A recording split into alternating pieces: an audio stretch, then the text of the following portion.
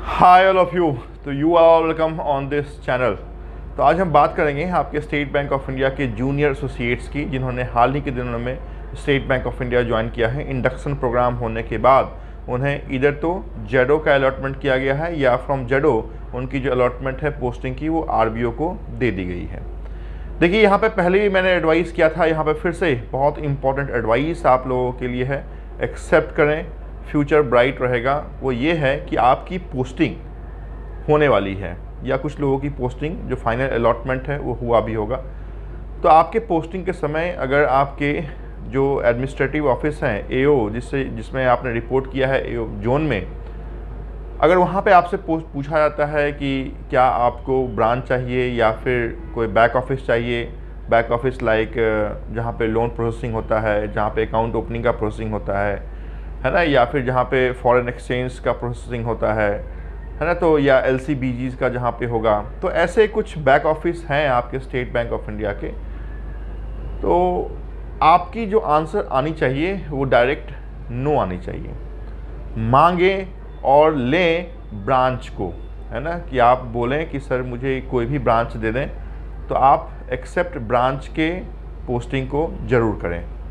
शुरुआत के दिनों में आप किसी भी कंडीशन में बैक ऑफिस ना जाएं, ये मेरा बहुत इंपॉर्टेंट एडवाइस है। मैं बताऊंगा अभी कि क्यों ना जाएं, ये एडवाइस मैं क्यों दे रहा हूं, क्योंकि आप एक फ्यूचर को देखते हुए आप स्टेट बैंक ऑफ इंडिया में आए हैं, है ना। और फ्यूचर ये कहता है कि आपकी नॉलेज, आपका जो प्रमोशन है ना, आपका जो एक्सपीरियंस है ना, ये सारे बहुत इंपॉर्टेंट हैं।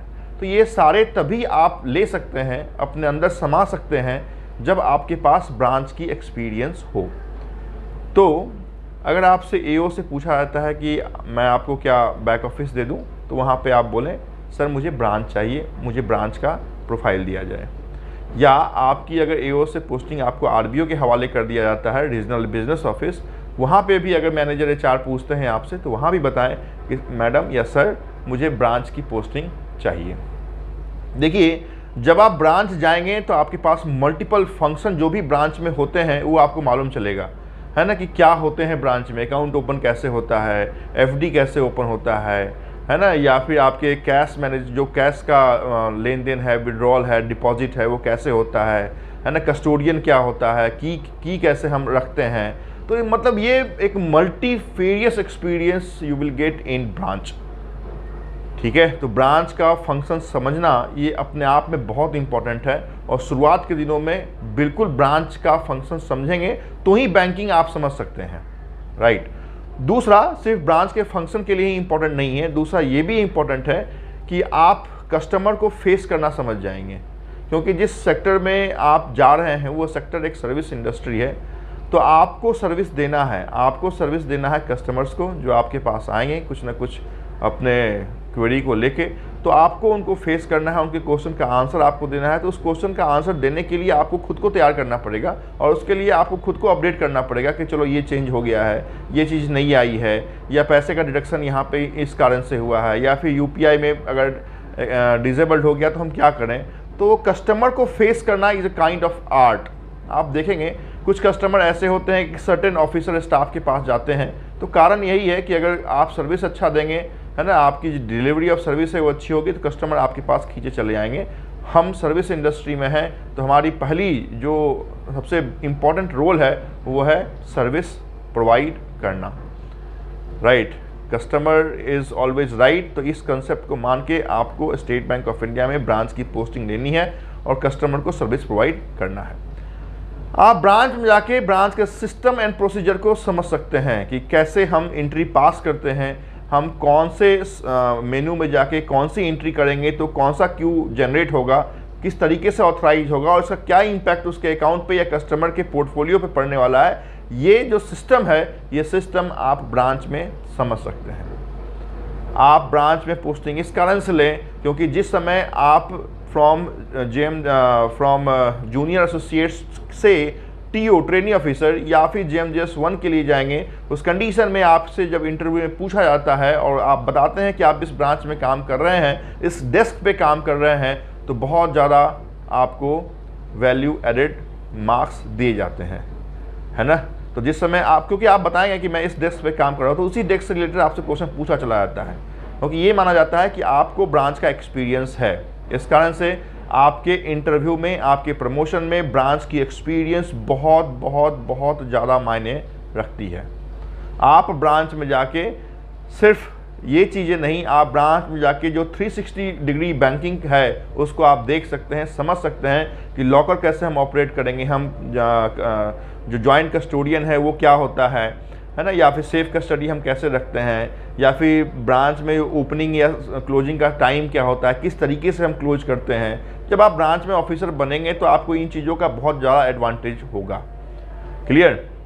आप ब्रांच में जाके अपने फ्यूचर को आप बना सकते हैं। ये चीज़ें आप अपने बैक ऑफिस में नहीं कर पाएंगे।